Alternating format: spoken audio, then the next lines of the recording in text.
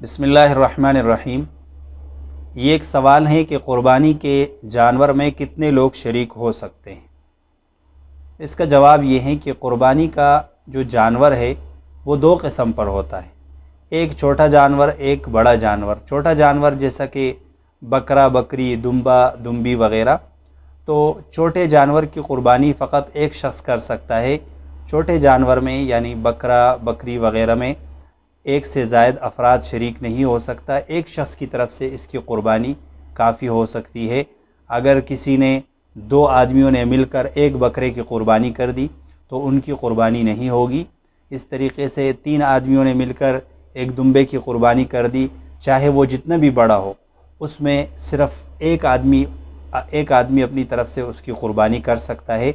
जितना भी बड़ा बकरा हो, जितना भी बड़ा दुम्बा हो, उसमें फ़कत एक आदमी क़ुरबानी कर सकता है, दो या तीन अफराद उसमें शरीक नहीं हो सकते। और अगर बड़ा जानवर हो जैसा कि गाय, बैल वग़ैरह, ऊँट हो गया, जितना भी बड़ा जानवर हो, तो बड़े जानवर में एक से लेकर 7 तक अफराद शरीक हो सकते हैं। यानी एक आदमी भी बड़े जानवर की क़ुरबानी कर सकता है, दो आदमी भी मिलकर कर सकते हैं, तीन आदमी भी मिलकर बड़े जानवर की क़ुरबानी कर सकते हैं। इस तरीके से 4, 5, 6, 7 तक लोग बड़े जानवर में शरीक हो सकते हैं। और बड़े जानवर में जितने लोग शरीक होंगे उस जानवर के गोश्त के उतने ही हिस्से किए जाएंगे। मिसाल के तौर पर अगर 3 आदमी मिलकर एक जानवर की क़ुरबानी कर रहे हैं तो उस जानवर को 3 हिस्सों में तकसीम करेंगे। तो बड़े जानवर में 1 से लेकर 7 तक अफराद शरीक हो सकते हैं।